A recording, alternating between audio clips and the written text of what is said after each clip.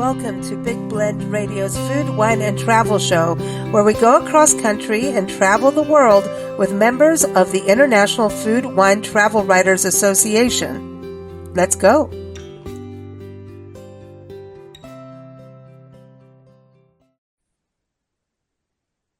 Hey everyone, we are so excited on our International Food, Wine, Travel Writers Association show that we do every second Tuesday to go to Park City.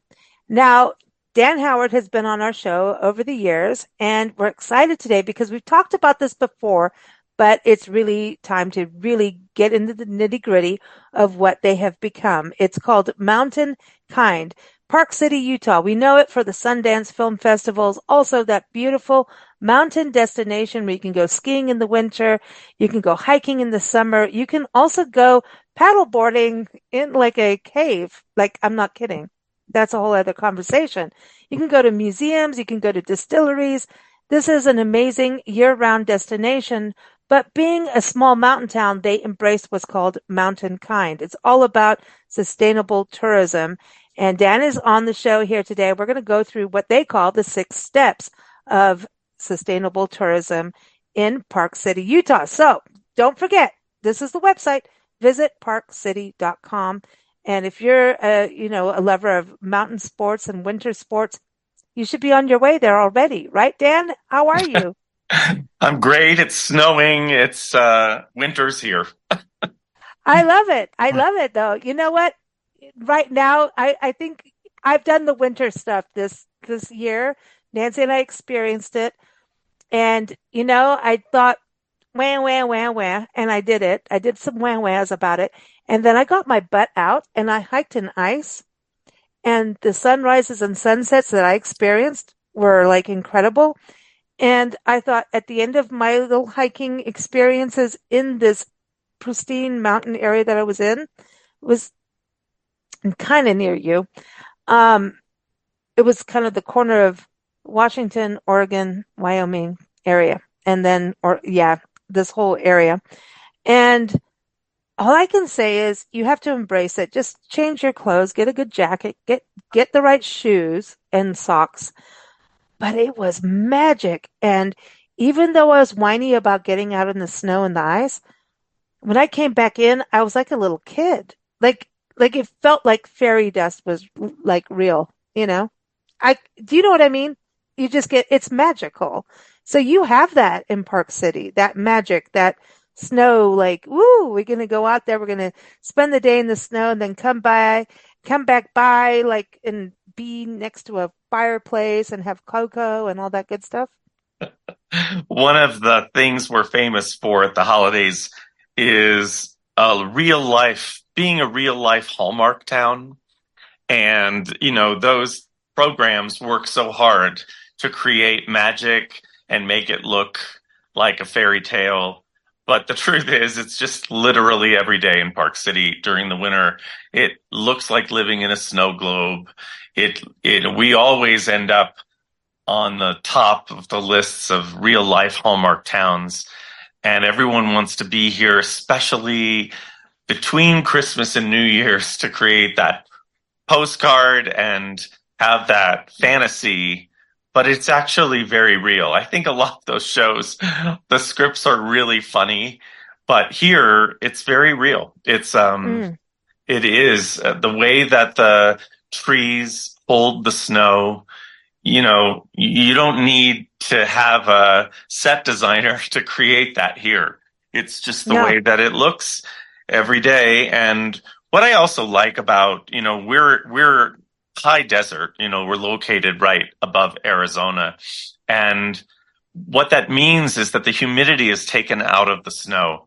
So it's, even when the temperature gauge says, let's say 32, it's warm. It feels very warm. And that's nice because the people who are really struggling with snow, it's the water in the snow, even from the Pacific. When you're close to the Pacific, it can be slippery, it can be icy, and it can be cold. But by the time it comes over to the desert, the water is, sort of taken out of the snow. It becomes very fluffy. and your face is not freezing anymore. So it's really very ideal, both visually and it's comfortable. And then, of Yeah, course, everyone goes inside and has that hot toddy. chocolate or the toddy. We make High West whiskey here or Alpine gin, and you can have a wonderful beverage here, and warm up by a fireplace. But it is that magical thing they're trying to capture when they make these Hallmark movies, and it's sort of fun to live in a Hallmark movie. Well, I want to touch on this. I've been through the winter stuff, like way up, like I was telling you, and it was cold and wet, and Yeah, I did ice. I mean, I was like -6 degrees wind chill or yeah, something, yeah, and my tires deflated to the yeah, point of -5, or I don't know. I all I yeah. know is this was not like the Wild West I know of Hmm. snow, and like you guys, Yeah, And I was like, as soon as we got started down south towards the west, like I know Utah and everything, I was like, all right, this is a little non-normal. I can handle this. And but it's still beautiful. Um, there is a difference between the wet and the dry snow. yeah, That's exactly yeah, it. yeah. Yeah, and my bones know it because I'm aging now.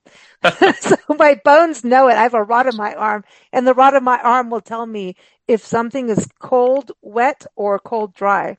It'll tell me. So anyway, no, I think what's really cool about what you guys have done, we've been on the show for years, but this mountain, this mountain kind, I love this, and it's all about stewardship, right? So it's really 6 steps to sustainability. And I want to tell you, I know because of the shows we've done in the past with you and being around your area, that I'm going to have to nominate you to be on our one of our 25 destinations for people to go in 2025. Oh, thank So you. you're on that. You are now on this. Like officially, as I'm time, I'm like, I have to do this. And you're leading in sustainability in what you're Yeah, doing. And yeah. you've got 6 steps. We got two, what, 25 and 25 and 6 steps. It all sounds good numerically.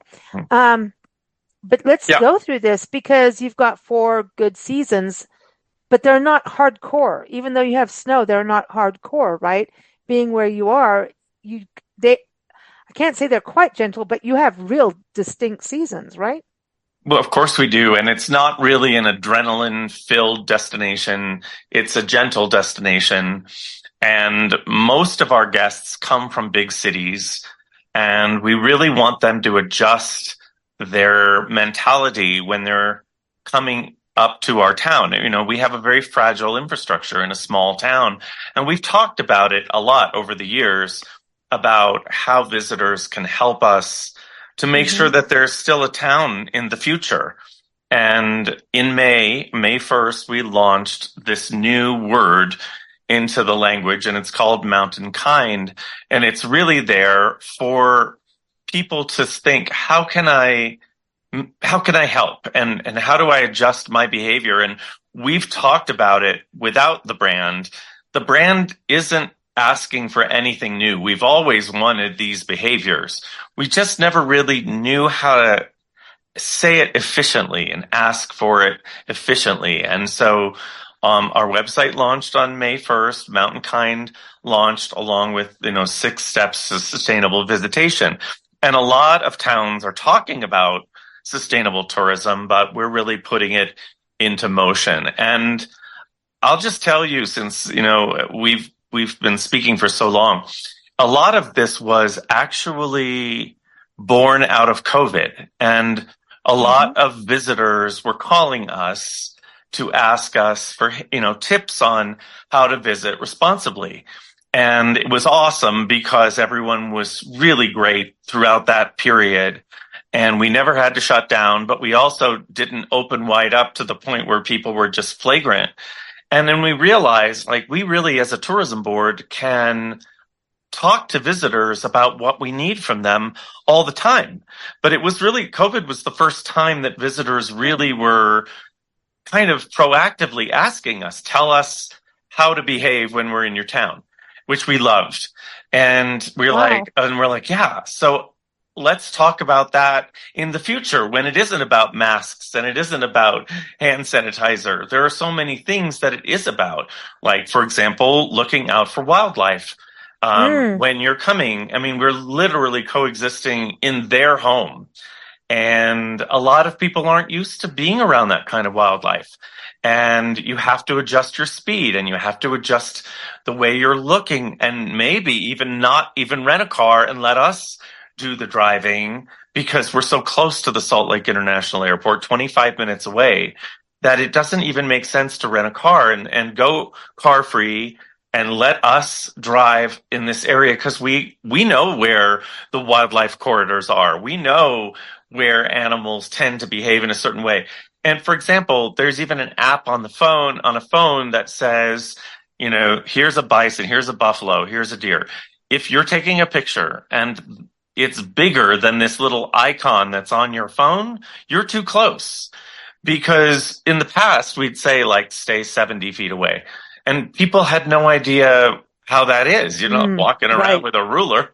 So now with technology, there are apps where you're like looking at the animal and you're like, that's how small it needs to be in your Ah. screen for the animal to be in a safe distance. And I Well, just love that kind of thing. I love that because even when you talk about the rulers, or it takes me back to when I had high school prom.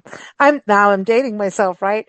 But like, high school prom, they had the rulers out with kids like, no, and actually I was a little bit younger than that, but they basically had it like, here's the ruler. But when you're talking about wildlife, I mean, I know it like if you try, like, if you're going to photograph wildlife, get a telephoto lens, right? Yep. It's the Yep. kindest thing you can do. Don't try to sneak up on the animal. The Right. animals know you're coming from way, way, way far away. They know they can hear. Right. And most people are taking them now with their phones. And so to have an app that has the size of the icon in the screen that's basically saying Mm-hmm. match it up with this size. And that's as close as you should be getting. Yeah. And that's so it's about coexisting with wildlife. It's about trail etiquette, making sure that you're not Mm-hmm. destroying the trails. It's about not having single use plastics. Mm. So we've got reusable water bottles. We sent them out to IFWTWA when it was in Finger Lakes with our new brand logo and a message about MountainKind and giving everyone these reusable water bottles and talking about the brand and and car free visitation. There are just so many ways to we want to preserve our history here and visiting historic buildings, recognizing our history, shopping local. We have an anti-chain ordinance on our main streets so that when you come into our small town, it doesn't have the same shops or restaurants that you have. There's no Starbucks on our main street. I mean, very few Mm. towns have that, but that's all about sustainability and making sure that the town doesn't just disappear or start looking like every other town. But the city council has to get serious about that kind of thing, and it's about implementation. So I'm really proud of the campaign. It exhibits all the values that we always had, but it makes it so much easier to describe, and then putting it on a web page and so that people can look at it before they come and hopefully it helps other towns that are trying to preserve their futures and say Yeah. it's not greenwashing. These are literal steps that people can take to help make it better and help it be sustained into the future. And our visitor center is really great at giving out those tips right when people are coming into town. And Yeah. yeah, I'm real proud of it. I think it's awesome because you give tips when you go on there, and everyone visit parkcity.com. You'll find it on the homepage, and there's a link also to the stewardship part where you can click through to how to do the car-free travel, reduce waste, buy local. Also tips on history, how to treasure the trails, and do the wildlife guidelines. So you'll have it there. What I think is so beautiful about this is, as travelers, I love that people were calling you because as travelers, we want to go places. We fall in love with them. So we want to we are part of the community when we're there. We're the temporary citizens of that town when we come into a place, no matter where it is in the world. It's the truth.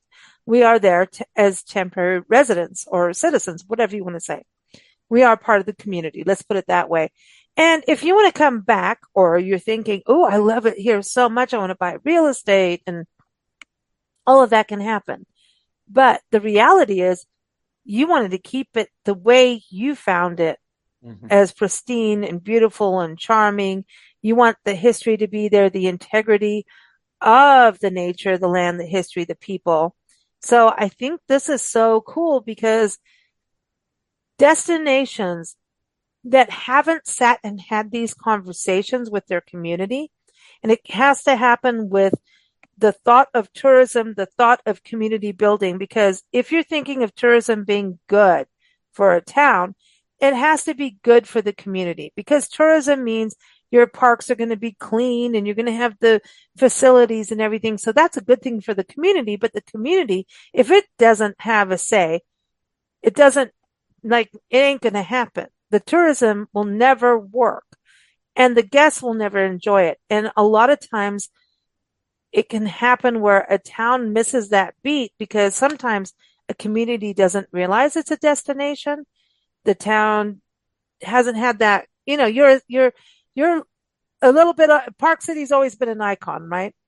And Olympics helps, and, Salt Lake City and all of that, but in Sundance, but I think sometimes you're a leader in what you're doing so that communities can understand this greater community.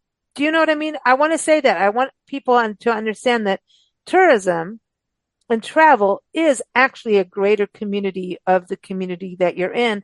And they all fund each other economically, but they also all support each other when things get wonky. I mean, this last year, we've seen so many natural disasters, and what you're doing is mitigating those natural disasters for your community too. I can only tell you crazy stories of this last year from us traveling around and being in nature related, weather related instances. And it's really made these communities stand up and go, okay, now we need to take this seriously. But you guys have been watching and working on this for a number of years. So what do you think about that, with when I say about like your visitor community is actually part of your community in a way? We definitely enroll them by letting them know what we need from them.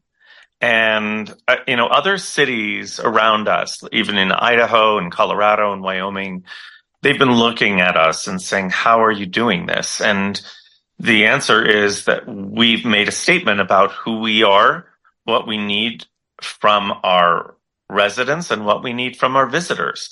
And to not be afraid to tell them, this is what we expect when you're here to care for our town. And frankly, during COVID, we learned, like, if it wasn't resonating with visitors, what we were saying, then they weren't our visitor.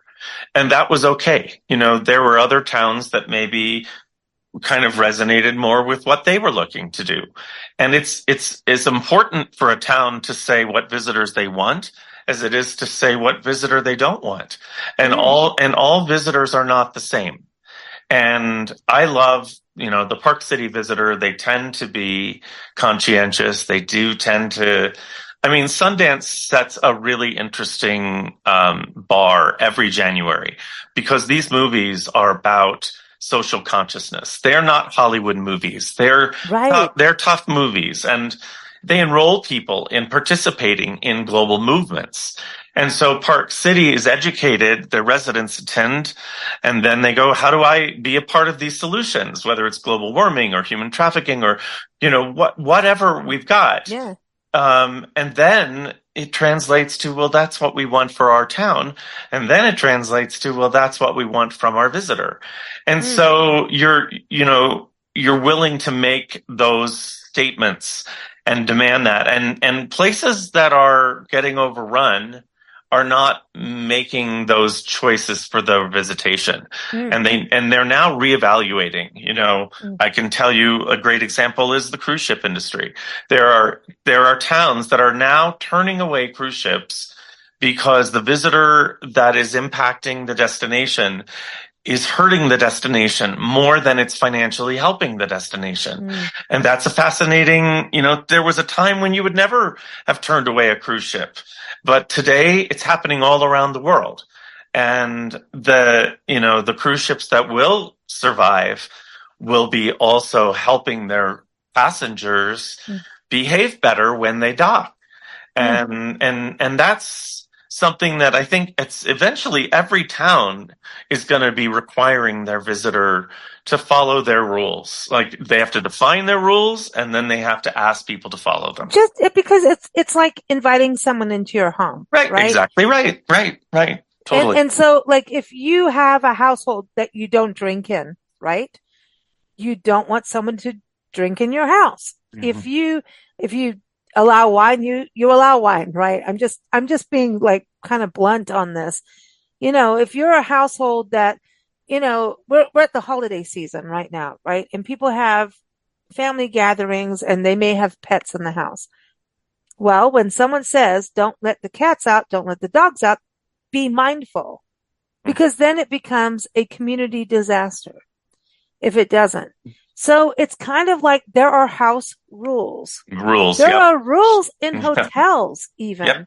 Yep. Shut up after 10 o'clock, Yep. Yep. Yep. So because it's about creating peace Right. for the community. It's nothing Mm. bad. And I No. think, the tourism industry depends on where and how and what. I know places that just wish to heck they didn't do the beer babes and, boats Right. thing, and because once they set themselves that Yeah. way, Yeah. they can't go back and they lost nature over it. They Yeah. lost, I can name a few, and so but I just want to say, like, you guys are putting this, you've talked about it as you're developing this, Yeah. and now it's here and it's so timely. And I think we're all looking at what's going on with the world of climate change, global warming, whichever term you prefer. And the reality is, no matter what everybody does in the world, we do what we need to do. Communities do what they need to do. Homes, homeowners, people, citizens, everyone does what they need to do. And that is a sense of power. And as we travel, we go to a place, we need to adhere to those. You don't go to another country and go against their conduct. You'll get kicked out. Well, You know? I mean, it's interesting how a lot of Americans do go to other countries and don't behave that well, but they feel like it's their right. And then they come home and then they say, I don't want visitors to misbehave when they're in my home. And that's fascinating to me. And it's like, so you do know that you would love for people to behave a certain way when they visit. And maybe you'll be more kind, mountain kind, city kind, whatever, when you Oh, go when you next travel, because you mm. know what you are hoping for from the visitor in when they're visiting your town. And we just hope that this is a tourism movement. And we love seeing other cities looking at this and looking at what rules they want to set. Now, there are some cities that are just not there. They're saying, hey, we don't want to set rules. We love that people just come and do. But even the most partying cities, and I'll give a great example, one of them is Miami Beach, Yeah. has started to say, Mhm. okay, Yep. we need to rethink this. Yep. This is actually hurting our infrastructure. And you just never used to hear that language from a place like Miami that's so known worldwide to come and party. And it's like, no, even Miami Beach needs rules to make it sustainable, to help even law enforcement because they're being stretched with crime. And I just love that every city is finally saying, "Hey, we shape our destiny," and Well, yeah. residents are part of that. Well, I think, and that's the thing, if in a community makeup, if the residents in the community is not part of the tourism conversation and what happens, then it doesn't work for It doesn't anybody. work. You are right. Everybody That's it. fights. Yep. Everyone fights. Yep. Everyone's like, oh, we got Disneyland in our backyard and I didn't want it. And yeah, maybe they're right. Maybe there should have been a town meeting and you should have had a public opinion thing. Right. Not Park City. They obviously know what they're doing. But that's the thing is it is, communities need to work together. I mean, we're Yeah. all getting into this political argument of everything, but the reality, it actually just starts at your doorstep, right? And then It there's, does. Yeah. and travelers going places. What I love about this, I'm going to say this as a traveler, I want to know what the rules are. Right. I actually You want to want be to part know. of it. Yeah, you I want to don't be want to part of be, the solution. I want to know. I'm like, what do you want? What do you need? Yeah. Why? Oh, Yeah. you got, as soon as, like, honestly, as soon as, this is so funny. As soon as there's a wildlife guideline, I'm like, I'm so going there. Yeah. I hear Yeah. wildlife guidelines. I'm like, oh, Yeah. this is so my place. I want Yeah. to go there. You guys, because, there's wildlife. I know you have moose and you have deer and you have wildlife. I know. But like, I really, really, really love my wildlife interactions and at a distance, and I don't want them to be messed up. Like sometimes you go to areas and they're known for wildlife and you may go out on a boat to go whale watching, right? And is this boat tour company doing the right thing? You Right. think it may, but Right. if the tourism boards aren't, Right. regulating, and Yep. that's kind of, yeah, I think the visitor bureaus are actually kind of part of that, of the regulation of making sure that these whales are still there for visitors to see the next year. And we all Mhm. care about the whales. Same thing with your wildlife. So when Yeah. I see wildlife guidelines, I'm like, oh, Yeah. my place. Oh, I'm I'm going to send you a kindred spirit. picture. I'm going to send you a picture. I came home the other day and I literally just right outside my kitchen window was a mother moose with their baby moose. Like Are you, I'm stop it? so close to the house. I'd never seen it. And I just took a picture from afar. I'm going to send you the picture. But Oh, please do. I that really, just really goes, want it. yeah, it just goes to show how close proximity we are. And I love your example about sea life as well. Like there's just so much responsibility and the private companies need to be part of doing it right and not putting the wildlife in danger. We have a lot of new residents post COVID that came here from New York and Mm. LA that relocated. And I'll just give you a good example of a story. I was going to visit the dentist and I saw a parking space, turned on my blinker, and this Tesla just flew into the parking space. Not And mountain time. right, that's not MountainKind. Yeah. So I put the car in park and I walked over. The license plate was California. And I said to her, how long have you been living here? And she said, almost a year. And I said, I can tell because what you just did, we don't do that here. We do the opposite, which is before we go Oh into a my gosh. space, we look around to see, is there someone else that we could be helping? Is there an elderly person? Is there a handicap plate? Is there someone Wow. with children? Is there animals in the car? Like we literally look around to see how we can help, not what we can take. And I will tell you that her reaction was perfect. It was like, "Oh my gosh, I'm so sorry and I'm so glad you told me." And I said, "I'm glad you're here. We're happy to have you as a new resident, but you're going to need to adjust some of the behavior now that you're living in this small mountain town because you need to kind of go with the Yeah. speed of the town you've moved to, not the speed of the town you came from." Mm. And it's up to us to take the time. And I wasn't scolding her. I was literally like, Did you this give is, her the website and tell everybody the website?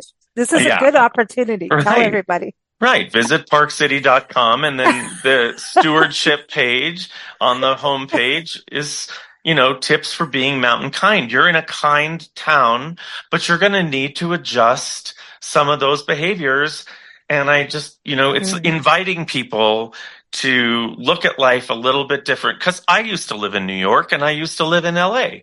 And I Yeah. know that it's a Oh, very like, you got to grab what you're Yeah, taking. but you You're live in Park fighting. City for a reason now. Well, but Well, this is the yeah, truth. yeah, Well, Nancy and I travel the country full time, right? And we document parks, public lands, and we pets it. This is how we get to do our podcasts. And so we live in communities across the country. I actually want to do a book about it because it's fascinating to me about how wildlife is thought of, how trash is thought of. I know that sounds weird, but I want to write a book on trash across America because we still have communities burning their trash in their right. backyards, How about right? water? I mean, water is Oh, something don't we don't start. we don't Oh, think about it. And in Utah, no, most of our water comes from melting snow. We're a dry desert state, but our snow is our savior. And then it goes into our reservoirs and it sustains us. You've got to be conscious about a precious everything that resource like happens. that. Like, Yeah. are you even aware how difficult water is in Utah? And so when you come to Utah, Mm. will you be conscious about not hurting our water resources? Most Oh, this is visitors don't huge. think about it, but they should. They need to. They're hurting Yeah. us if they don't.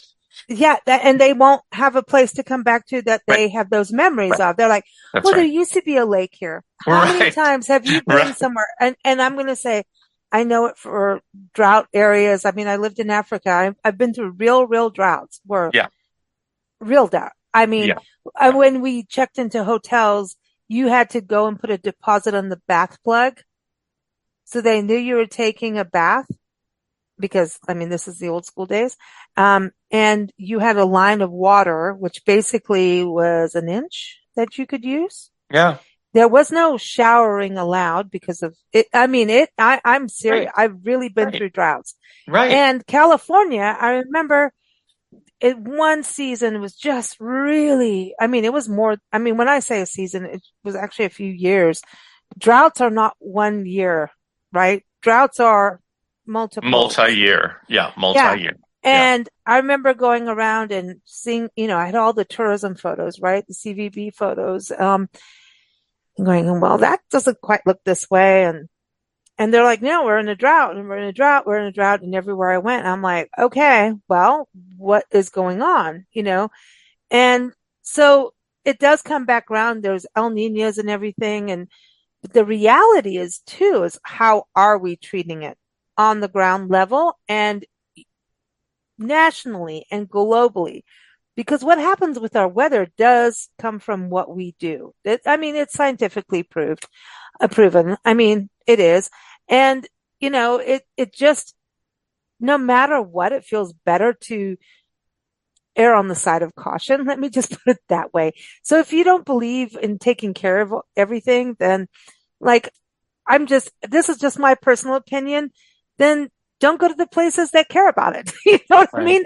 mean? Did I just say that, Dan? I shouldn't have, but, Well, I think about a lot of very I fragile shouldn't have said that. places. I shouldn't have Well, said that. there are very when you think about scuba diving and you think about snorkeling and you think about coral reefs and it's all so fragile and countries are Yeah. looking at potentially disappearing with rising levels. Yeah. So you You want really nature, you you, want these experiences that you've yeah, been to, yeah, take care of them just like you you would your right. own house. That's right. That's What? that Yep. I'm going back to it being your own home, Right. and I look, you have resorts, you have skiing, and that's a balance too, right? For the ski resorts to have this balance of, nature and also sports and people and all of that. So you guys have to have all of that in place. And so the ski resorts, that's got to be part of that whole makeup too, right? Because you're in that season. How is the season, by the way? Are you guys These skiing yet? we are. We have two ski resorts in town, plus the Utah Olympic Park and Woodward Action Sports Park, and they're all open. And we got early snow, which we can't count on every year, but this year we got it. So the resorts opened early. And I Mm-hmm. have to say also, I'm very proud of our resorts. They are operating on regenerative energy because of, both solar and wind power to get the Really? resorts to be operating All of Park City has extremely ambitious goals for being carbon neutral. And we won the Olympic bid for 2034, and we intend to be the first place that runs a carbon neutral or You even did. carbon positive You did. Olympics. Yeah. Because I remember last time you were Yep. like really close saying, Yep. I can't Yep. 100%. You Right. did? You, We dude, got it. We got did I it, just say, I did say dude, but like, dude, like dude. seriously. We got the Olympics on July 24th. And one of the interesting things was that our proposal had to do with carbon neutral games. And in the past, the IOC, which is the governing body of the Olympics, used to award the games to the place that spent the most, almost wastefully, to the point where the buildings would come down on the last day of the games. They were never really meant to be sustainable. Whereas we're a constant winter sports state. So we proposed $1 billion less in the proposal to put on the games because we're using existing facilities. And in the past, we would have been docked for that instead of building grand palaces. But now they actually gave us credit for going with a reusable, renewable games and trying to do a carbon neutral games. So we won the bid, and it may change the way all Olympics are done in the future. So we're just trying to set a role model, and it fits with our ethic of sustainability. And we're really excited about it. Of course, we've got 9 more years until they're here, but we're the first place in the United States to host the Winter Games since 2002, which we were the last place in the United States to host the Winter Games. And they won't be the same games because there's been so much advancement in technology, but we have a really small footprint between Salt Lake and Park City, and that really helps with carbon neutrality. The next Winter Games is in Milan, and you have to go from Milan City up to Cortina, which is 3 hours each way. And Oh, that's not, very sustainable. And then they're talking about a games in Nice where they're doing the city part in Nice and then the mountains are in the Alps. Again, multi-hour each way as yeah. opposed to 25 minutes and a small footprint. So we're really trying to ask the IOC to think about Olympic Games and not have them be as wasteful as they've been in the past. It's Yeah. very exciting. I think you make me so happy. You make my day. I'm just sitting here going, I'm so happy to hear all of this because like I really am. We hear, you know, mm, when we look at what's going to happen in climate change in the future and everything, it's up in the air, right? Of how we're going to do things. And I think it does get down to the nitty gritty of each individual place. hmm Yeah. And it's up to us people to make our voices heard and to be part of the communities and to do the right things when we travel, no matter where we are in the world. Honestly, you're the guest. You don't go into someone's home. I mean, some of the best travel in the world is the immersive travel experiences you can have. Like, I mean, Nancy and I have this everywhere we go. We're in communities. We go, we shop like locals. We eat like locals. I mean, we I love put that. Yeah. trash out like locals. Yeah. And at the same time, we still get hotel rooms but we're doing this balance. We look at what we do as this incredible balance of Yep. Yep. it's as green as you can get, actually, what we do. And at the same time, we're putting into the tourism and the local economy. And so we have to kind of shift our brains a bit and thoughts of how tourism has worked as a traveler and as tourism destinations and hmm experiences, not just the destinations, but experiences, because there's like you're part of, near like the Pony Express Trail, kind of near. You are kind of near. But there's routes, historic routes and trails and highways like Route 66 and all of that, right? We do a lot with the Jefferson Highway, which is having this rebirth.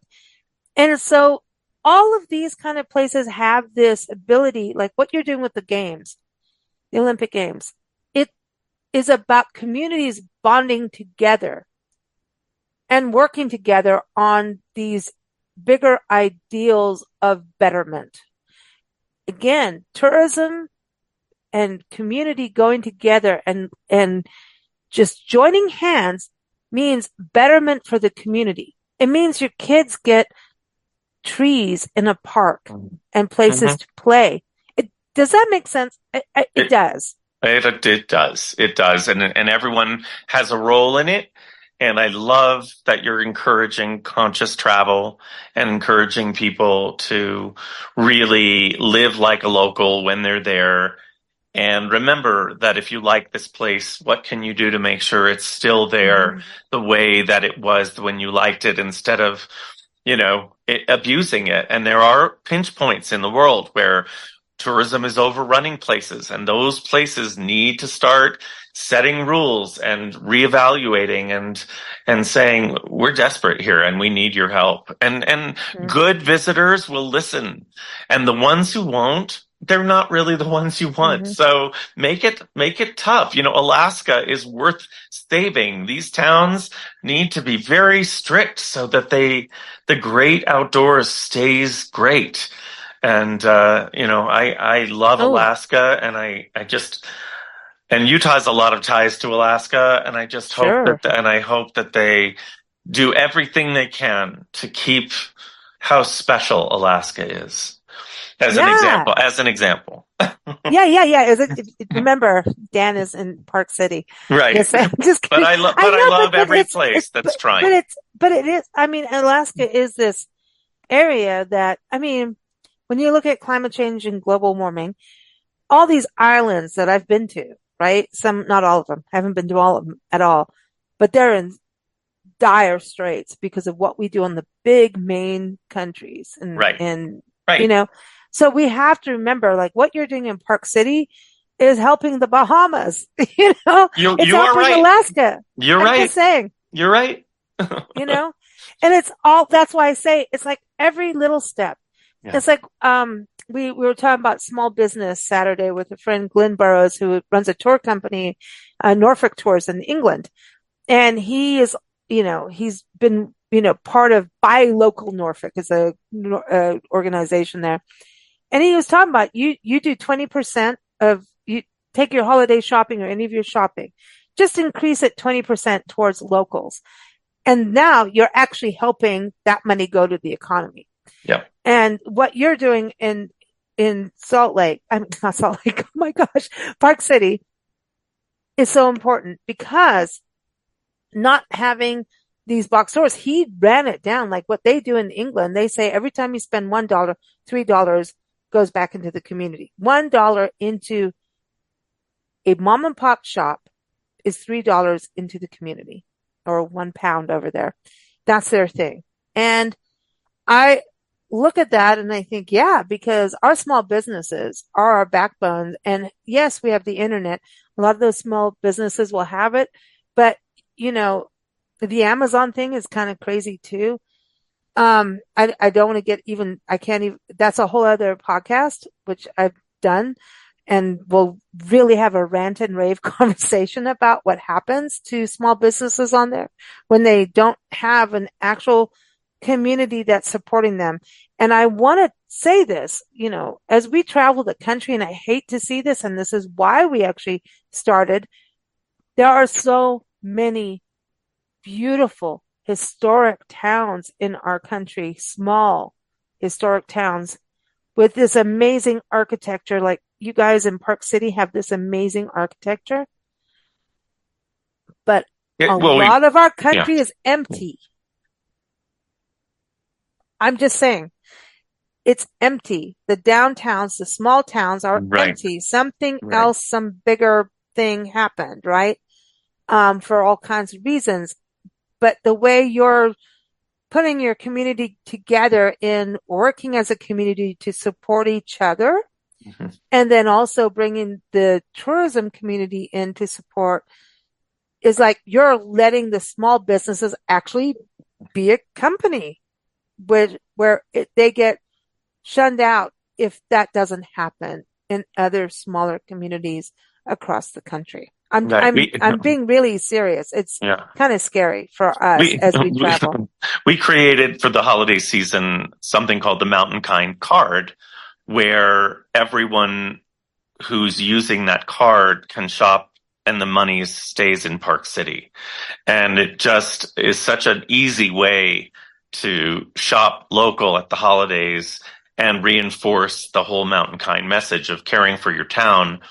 And, our town has 47 buildings on the historic register, and you see every year the ribbons that go on the front of the buildings, as well as homes where people have been encouraged to preserve them and care for them and just make sure that it looks like it did in 1880 when it was founded. And not all towns care about their history like that.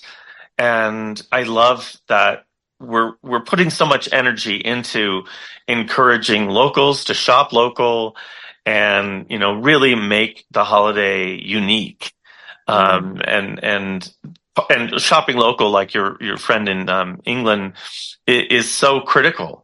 And we've got to keep these small. That's why I say it sounds like a Hallmark movie, because that's the plot of virtually every Hallmark movie. Is Is the little grocery store, the restaurant, the hardware store? Don't forget the hardware store. You right, know, and there's there is always, yeah, the some girl always has to go in there and he's there. He's, and some yeah, corporate headquarters is trying to buy the yeah, Christmas tree lot, or I don't know. It's just yeah, funny, yeah. But but we that's live, actually reality. but It's we real. live it. We really do, and we are trying to protect the small owners and make sure that they, get their Actually, customers at the I want holiday. the cash register to stay there.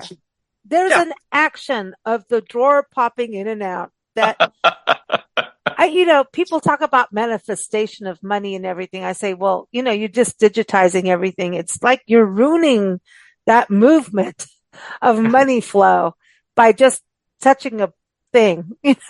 Just, I want the old fashioned cash registers. You've got to have one somewhere in Park City. Well, we do. Especially, my favorite is Dolly's bookstore. So, how many You bookstores are have a bookstore. disappearing? Right, and Oh, and Mr. Dolly is actually the mascot cat that's in the bookstore, and that's just so Park City, but towns are losing them, or hmm, maybe there's a Barnes and Noble in Salt Lake City, and that's great as long as there's still books.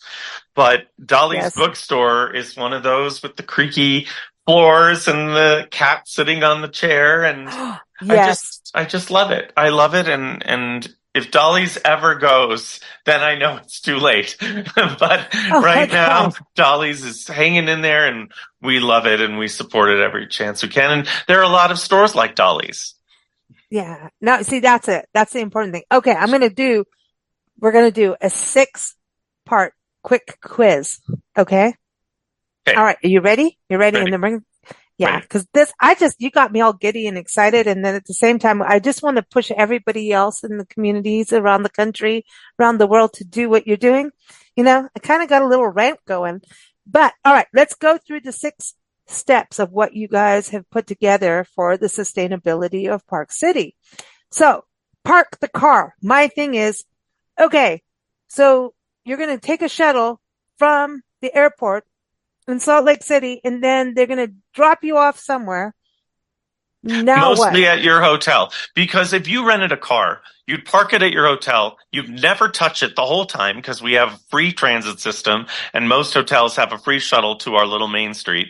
You never will touch your car and then you drive it back to the airport. So that was a waste. That was not carbon neutral, and it was expensive and you never needed it. So park the car. I mean, we're called Park City for a reason. Park the car and take a Get shuttle on from the with it. airport. It's 25 minutes up the hill, and use the free transit system and use the hotel shuttles. You have a And, ding ding trolley thing too, don't and we you? have a free trolley up and down Main Street. Yeah. That's important to me. That's it right there. Okay. You talk about reusable versus single use. Right. Okay. So, all right. So no water bottles in No, hotel rooms or any of no, that. No, and also that's true with even shampoo and body wash and everything. They're in big containers so that we're not just throwing plastic What about constantly. straws in the hotel, in the Yeah, restaurants? most of them have different solutions for that, and a lot of places don't even have straws at all. And again, the goal We is do to. have a thing called a finger to But the swizzle. goal, I mean, I've seen the wooden stirrers. Oh yeah, yeah, yeah. Those are Bamboo everywhere too. now, Yeah, and yeah. metal, of course. The goal And is to some just people, reduce this plastic. some people do need straws. That's a Right, reality for medicine, all kinds of stuff. So we're not right, going against any of that. Just to, this is about cutting down, not eliminating, right. right? It's cutting Cutting down. down waste, cutting down Yeah. waste. Yeah, Okay. Buying local. Give us yeah, an overview of like we're getting into Park City. Um, is there grocery stores? What do we right. have that, are we going to be able to go gift shopping? We got books. We know we got books. We know there's a distillery. So we got two of the most important things already taken care of. Well, yeah, the whiskey is made here, our gin is made here, the restaurants are sourcing here.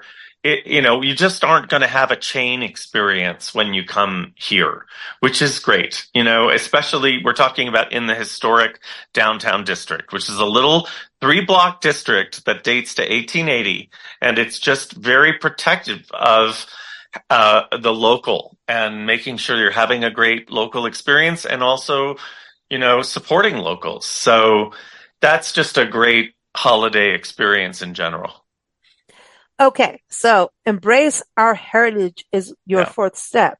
So Yeah. let's talk about history and preserving historic buildings, going to museums. And actually, I think this is I think it's so important. I always think we should get a grasp of the history of the place before we actually even Right. explore it, if we can. Right. And my favorite aspect, so Park City was founded by silver miners who came from all around the world looking for their fortune. The rest of the towns in Utah were not founded by rabble-rousing silver miners. It's a different town. And there were always saloons and live music. And we had these territorial jail cells that we would throw people in at night if they were causing trouble. Those jail cells are still on Main Street. And you go into the Park City Museum and you walk downstairs underground, and you can put the kids in the jail cells and take the pictures of them and read about the original folks who came to town. So that's learning about silver mining and learning about the prospectors who came here. You leave Mm. understanding that this town is unique in the state. It's very, very Ah. very fun. And it's, such, blood, sweat, and tears that made it, you Yeah, know. and every Labor Day we host the Miners' Day Parade, where families that were connected to the miners talk about what their families have been through and connecting. And Park City High Oh, School's wow. mascot is the Park City Miners. Like it's just part of our Oh, heritage. It's do you very have like, is family history part, do people come to you guys yeah, researching family history? yeah. Utah is big about family history. Oh yeah, of course. You've got the biggest library in the Right. world. The LDS Yes, downtown. yes, library Yeah, in Salt Lake. that's That right. is like the headquarters of Yeah. every bit of family history in this Yeah. country. It's Yep. amazing. And we just believe that being honoring family and the history and what people have been through helps keep us unique and the stories and you take them with you and the world becomes generic, but if you can hold on to the actual stories of your family, you're really preserving your family and Hmm. the city and the world. It's important. Well, this goes to leave no trace. I Yeah. love this as hikers and nature people. You Yeah, take there's your, so many take, things that people can yeah. do to make sure that you left the place as you found it, or maybe even better, instead of just being a little careless and, stomping around on everything. Just leave no trace principles have helped save places like Iceland that were overrun, and then they finally said, no, we're going to really embrace leave no trace principles and demand that people respect it. And a place like Iceland is very fragile. So hopefully the visitors going there, just like the visitors coming to Park City, will be the ones that say, I'm not there to ruin this place. And that's critical. Well, I'm gonna say a couple things. Number one, um, what you think is natural for, oh, it's just an apple core, an orange peel. No, no, no. Orange peels take 10 years or something stupid to disintegrate. Those are not native plants that you're Right, putting down in the soil, right? right, right, So, leave no trace also means don't pick up the pine cone, don't pick up the other stuff either, because animals actually use it. correct. You're right. So it's both things. So don't just think, oh, well, this is natural. It doesn't mean it's natural to that area. Dog poop, hell no, because your Right, dog is not native to that area either. right. So on that level, can I just ask, do you have dog friendly places for people We to do, take their animals? especially in the core area. We don't want them roaming around. So we provide dog parks, we provide trails for off leash and on leash. Oh, wow. Our unofficial name is Bark City because everyone loves dogs, but we want them to behave in a way that With the rules. Yeah. doesn't disrupt the town and hurt our Or the nature. animals. That's right. I think that's so huge. People talk about that with us all the time about parks. They're like, oh no, this is nature. I can let my dogs run. I'm like, no, you know Nope. what? These animals they've been encroached on for years. Yeah, This is their one little sliver of land, and you're going to let your dog run and yeah, harass them? right. No. No, So that's it. It is really, you know, management of land and wildlife and humans and animals has been a very complex thing, and it's never perfect. But we can do our part of knowing, like, hey, I can take my dog for a walk around the neighborhood for an hour and chill it out, play ball, do you know what I mean? There's things we can do. Go to the dog park, stuff like that. And I always encourage people, if you're going to travel with your pets, look up, the parks and places you think, and definitely check your lodgings if they're going to accept them. And don't think you can keep your dog in there all day long. But check that there are dog parks and there are places. So many people think they can take their dogs to national parks. I'm like, what right. are you thinking? No. And then they end up like in cages outside and like, no, No. actually leave your dogs home with pet sitters. They like it. They Or want their routine. right. I'm just saying. But if they come to Park City, we have plenty of people that can help to make sure that they're doing it right. And that's You have and we dog people? love them. You have pet sitting people? You have people that people will like take care of animals? We do, Like, and we just have lots of resources set up for people because everyone in Park City basically has a dog. So we have resources set up for how to take care of them properly and without hurting the town and the wildlife. I love that. And, there's places like Asheville, North Carolina. I know they just went through like major devastation with the Hurricane Helene, and they're rebuilding very green and everything you're talking about today, with what you guys are doing, which is amazing. But they're so dog friendly. Even bed and breakfast leave water and Yeah. doggy poop bags and treats and mailboxes I mean, isn't that cool when you have Yeah. places like that? So Yep. Asheville's you're like that? lovely. Yeah. Are Asheville you and Park guys? City are compared very frequently. They're Ah, they're spoken about very in the same breath. well, I'm kind of feeling like I want to move there to you guys to Park City just in this conversation. But I'm going to go to my final thing, which is my favorite thing is animals. Yeah. Respect for animals. So give everyone an overview of the animals you want to respect. Right. And it's everything from, I mean, we have a lot of deer, we have a lot of moose, we have bears, we have this wonderful freeway overpass that are built just for the animals What? so that they What? can Wait, migrate wait, from one wait. side of the freeway to the other because we Whoa. don't want them going on the freeway. I had And no yeah, idea you were one of the places. yeah, I've done shows on this. yeah. You're one of the places? Yeah, I love it. And it works. Your listeners can actually look for the cam. We have cameras on this wildlife bridge, and you can watch them even day and night. Just whenever there's What? motion on the cameras, you can see the critters that are going across everything. From wolves and coyotes to bears, and I mean, What? it's kind of amazing. It's really beautiful Okay. because I'm you I'm just. moving to your town. That's it. But by I the I way, mean, we I'm on learned the road about. full time, but I'm moving. I mean, this Yeah, is my kind yeah, really. I did not know you. I'm yeah. so like really. Oh, yeah, and everybody right on visitparkcity.com. There's a webcam link at the very top. Go click on it. Historic Main Street so you can see who's doing shenanigans at the distillery. There's a Silver Star camera. Oh, yeah, you got a little snow there. Little Kate camera. Who's little Kate? It's a trail area, and it's just we want people to see if they can park their cars before they start going and then idling and running around. Like, look in advance, look at the cameras and the lots, and just go, oh, there's space for me there. Those are ways Oh, to lower okay. your footprint. But Oh, I love yeah, this. I love what you guys are doing. This is so exciting. Thank you so much, Dan. I love our annual chit chats, and I know we're going to do more on sustainability.